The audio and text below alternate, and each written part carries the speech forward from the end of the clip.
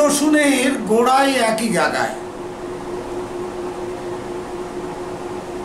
কি শুনে অবাক হলেন? না, রসুনের যত কোয়াই থাক না কেন, কিন্তু তার শিকড় ঠিক এক জায়গায়। বাংলাদেশে হিন্দু নির্যাতন, মালদায় হিন্দু নির্যাতন, মুর্শিদাবাদে হিন্দু নির্যাতন, পাহেলগাঁওয়ে হিন্দু হত্যা, এগুলো সবই ঘুরে ফিরে একই জায়গায় রসুনের কোয়ার শিকড়। কারা হত্যা করছে? সন্ত্রাসবাদীরা। কারা মাল্লায় লুটপাট করছে, ভাঙচুর করছে? সন্ত্রাসবাদীরা। মুর্শিদাবাদে কারা হত্যাকাণ্ড, লুটপাট, বাড়িঘর ভাঙচুর কারা করছে? সন্ত্রাসবাদীরা। এদের গোড়া কোথায়, শিকড় কোথায়? এদের আসল শিকড় পাকিস্তান। এটা নতুন কিছু নয়, বহু পুরনো ঘটনা। বহু পুরনো ঘটনা ঘটে যাচ্ছে, আমরা তার কোনো সন্ধান রাখি না, এবং শুনলেও সেটা অবজ্ঞা করে সরে যায়। 47-এ দেড় ভাগের আগে থেকেই এগুলো ঘটছে, 47-এ দেড় ভাগের পরেও এটা ঘটছে। আমি এক এক করে বলবো, আপনারা দেখুন, অনুসন্ধান করে দেখুন সত্য কি মিথ্যা। দেড় ভাগের পর 47-এ 14ই আগস্ট অন্ধকার রাতে দেশ ভাগ, ভারত ভাগ যখন হলো, 15ই আগস্ট মোহাম্মদ আলী জিন্নাহ তার এক বিবৃতিতে বলেছিলেন যে পোকায় কাটা 2 টুকরো পাকিস্তান পেয়ে আমি খুশি হতে পারি নাই। তার লক্ষ্য ছিল উত্তর পূর্ব ভারত, কিন্তু তার অদৃষ্টে এমনই জুটল, সে উত্তর পূর্ব ভারতও পেল না, এমনকি তার টার্গেট ছিল কলকাতা শহর, সেটাও সে পেল না। তারপর থেকেই নতুন ফন্দি, নতুন ফিকির ফন্দি করতে লাগলো যে কি করে কলকাতা শহর, এপার বাংলা এবং উত্তর পূর্ব ভারত পাকিস্তানের কবজায় আনা যায়। শুরু হলো সন্ত্রাস, সন্ত্রাসের ট্রেনিং। পাকিস্তানের, পূর্ব পাকিস্তানের মাটিতে সন্ত্রাসবাদীদের প্রশিক্ষণ কোথায় হতো? চট্টগ্রামের পাহাড়ি গভীর জঙ্গলের মধ্যে এই প্রশিক্ষণ হতো। উত্তর পূর্ব ভারতের কিছু বিপদগামী মানুষ, তাদের নিয়ে প্রশিক্ষণ শিবির শুরু হলো। মাঝে মাঝেই মিজোরাম, ত্রিপুরা, আসাম, এ সমস্ত জায়গায় হামলা করা হতো। আমরা তখনও নীরব। রাজনৈতিক নেতারা আমাদের এমন ডোজ খাইয়ে দিয়েছেন যে নিজের স্বজাতি মরলেও আমরা শোকতাপ পালন করি না। রাজনৈতিক নেতারা এমন ডোজ খাইয়ে দিয়েছেন যে দেশের একটা অংশ বিদেশিরা নিয়ে গেলেও আমাদের বুকে ব্যথা লাগে না। সেই থেকে যে শুরু হয়েছে, আপনারা দেখেছেন ত্রিপুরায় গণহত্যা, আসামে গণহত্যা, মণিপুরে গণহত্যা, এগুলো কিন্তু সব রসুনের শিকড় একই জায়গায়।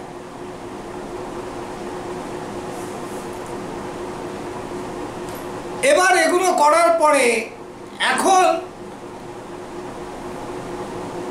পশ্চিমবঙ্গে শুরু হয়েছে। পশ্চিমবঙ্গে বাম আমলে নয়, কংগ্রেস আমলে 1950-52 সাল থেকে শুরু হয়ে গেছে, আমরা খবর রাখি না।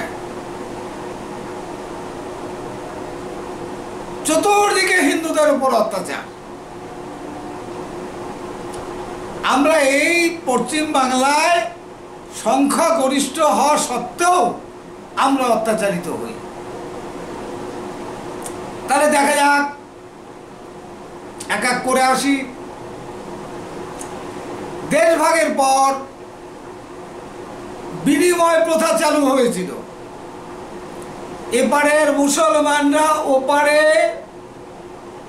চলে যাবেন, তাদের সম্পত্তি ওপারের হিন্দুরা এসে এখানে নেবেন, ওপারে হিন্দুদের সম্পত্তি এপারের মুসলমানরা গ্রহণ করবেন। এই বিনিময় প্রথা চালু হয়েছিল। সামান্য কিছু হিন্দু ওপার থেকে বিনিময় করে এপারে এসেছিলেন। বিনিময় করে এসেছেন, বসবাসও করছিলেন। হঠাৎ 52 সালের পর থেকে যারা এখান থেকে বিনিময় করে পাকিস্তানে চলে গিয়েছিল, তারা আবার ধীরে ধীরে ধীরে ধীরে এপারে আসতে শুরু করলেন। এপারে এসে ধীরে ধীরে বিনিময় করা সম্পত্তি হিন্দুদের উচ্ছেদ করে সেই সম্পত্তি আবার দখল নিতে শুরু করলেন। অনেক দূর যেতে হবে না, আপনাদের একটা ঠিকানা আমি দিয়ে দিচ্ছি, আপনি সেখানে যান, গেলেই অনেক খবর পাবেন। গ্রামটির নাম সোনডাঙ্গা। সোনডাঙ্গা নদিয়া জেলার ধুবুলিয়া থানার অন্তর্গত সোনডাঙ্গা। এই গ্রামে অনেক হিন্দু পূর্ববঙ্গের কুষ্টিয়া থেকে বিনিময় করে এখানে এসে তারা বসবাস শুরু করেছিলেন, কিন্তু তাদেরকে উচ্ছেদ করে দিয়ে তাদের সে বিনিময় করা সম্পত্তি আবার দখল নিয়েছে। যারা এপার থেকে পাকিস্তানের প্রতি আনুগত্য স্বীকার করে চলে গিয়েছিল, তারা 52 সাল থেকে আবার সেই জমি তারা হিন্দুদের উচ্ছেদ করে দখল করে নিয়েছে। সোনডাঙ্গা কোথায়? ধুবুলিয়া থেকে মায়াপুরের দিকে যেতে একটি গ্রাম। সেই গ্রামে অসংখ্য পরিবার, তারা যারা পূর্ববঙ্গ থেকে পারে বিনিময় করে আসছিল, তারা বাড়িঘর হারিয়ে কৃষ্ণনগর অথবা তার আশেপাশে ভাড়া বাড়িতে বসবাস শুরু করেছেন। বলবেন আইনের লড়াই হয়েছে, বছরের পর বছর আইনের লড়াই হয়েছে। আইনের যে সম্মুখ গতি, তাতে মানুষের জীবন থেকে শুরু করে মৃত্যু পর্যন্ত মানুষের হয়ে যায়। আইনের লড়াই শেষ হয় না। আমাদের দেশের আইন এইরকম আইন।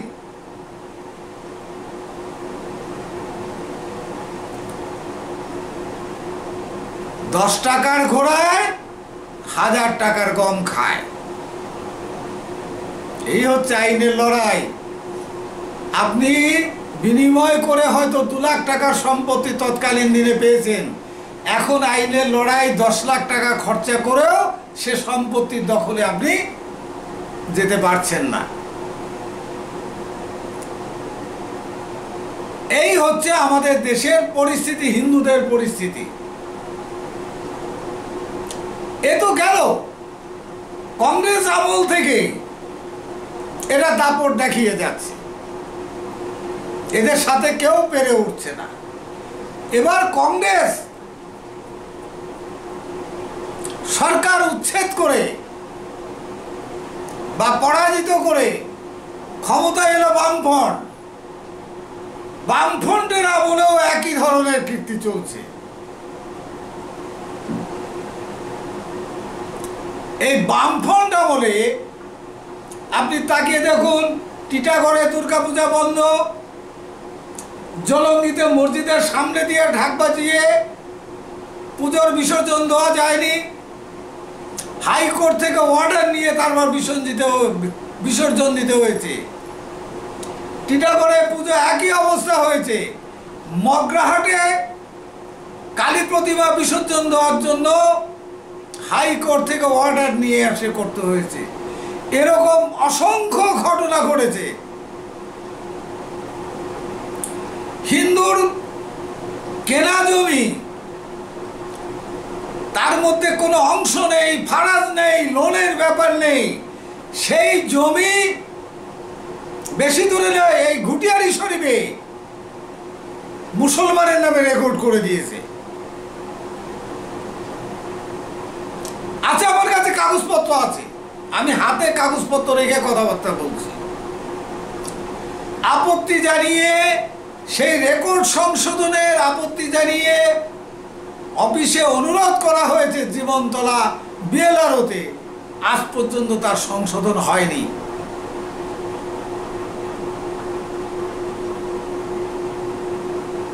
কোথায় আছেন বলুন?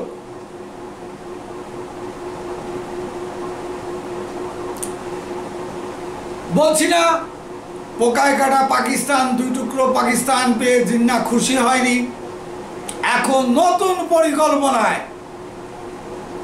তারা পাকিস্তান তৈরির প্রক্রিয়া চালিয়ে যাচ্ছে। পশ্চিমবঙ্গ, আসাম, ত্রিপুরা, মেঘালয়, মণিপুর, মিজোরাম দিয়ে।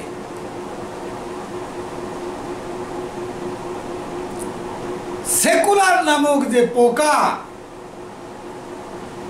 সেই পোকা আমাদের রাজনৈতিক নেতাদের মাথা খারাপ করে দিয়েছে।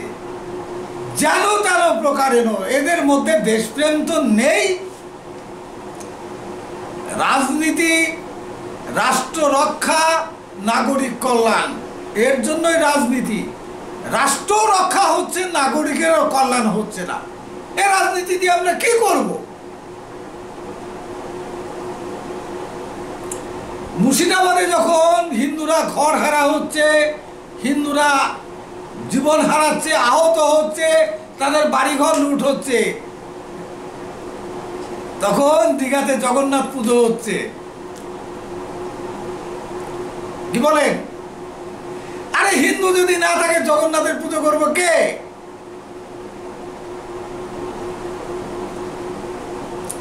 মুর্শিদাবাদের আর্ত মানুষদের চিৎকার প্রশাসনও শুনেনি, সমাজও জানেনি, সমাজও শুনতে চায়নি। আর এক হিন্দুত্ববাদী নেতা, তিনি বুড়ো বয়সে বিয়ে করছেন ঢাক ঢোল পিটিয়ে। আহা, কি হরিদাস! তাকে নিয়ে মিডিয়ায় কত লাভালাভি। তিনি 61 বছর বয়সে 51 বছরের মহিলাকে বিয়ে করছে, যেন আজব ব্যাপার। হ্যাঁ, একটা বিরল ঘটনা ঘটে গেছে। কে হে হরিদাস? এখন তো সব ধীরে ধীরে বেরিয়ে আসছে। কেন এই বিয়ের পিছনে কার কলকাঠি, সব বেরিয়ে আসছে। এরা নাকি দীর্ঘদিন চরিত্র গঠন করেছে, কোন একটি সংগঠনে চরিত্র গঠন করেছে। এই চরিত্র গঠনের জোচ্চোররা, হিন্দুরা যখন বিপদে পড়ে তখন তাদের পাশে পাওয়া যায় না, অথচ এই চরিত্র গঠনের শয়তানরা হিন্দু সমাজের অর্থ খেয়ে, হিন্দু সমাজের চাল ডাল খেয়ে 100 বছর বেঁচে আছে।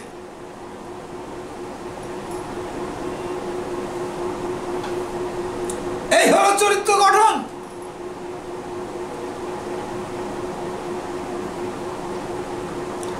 সামনে কেউ বলছে না, কিন্তু আড়ালে বলছে এই চরিত্র গঠনের বিরুদ্ধে। এখন মানুষ ভিতরে ভিতরে তারা বলতে শুরু করেছে একই চরিত্র গঠন।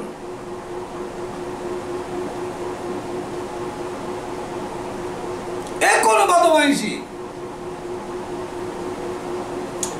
হিন্দু সমাজ যখন জ্বলছে তখন এই লীলা খেলা, এই সংবাদই চলছে। নিমখরা বেঈমান,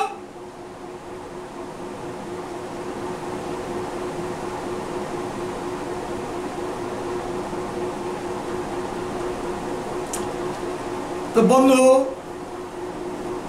আজকে পরিস্থিতি বড় খারাপ, বড়ই জটিল।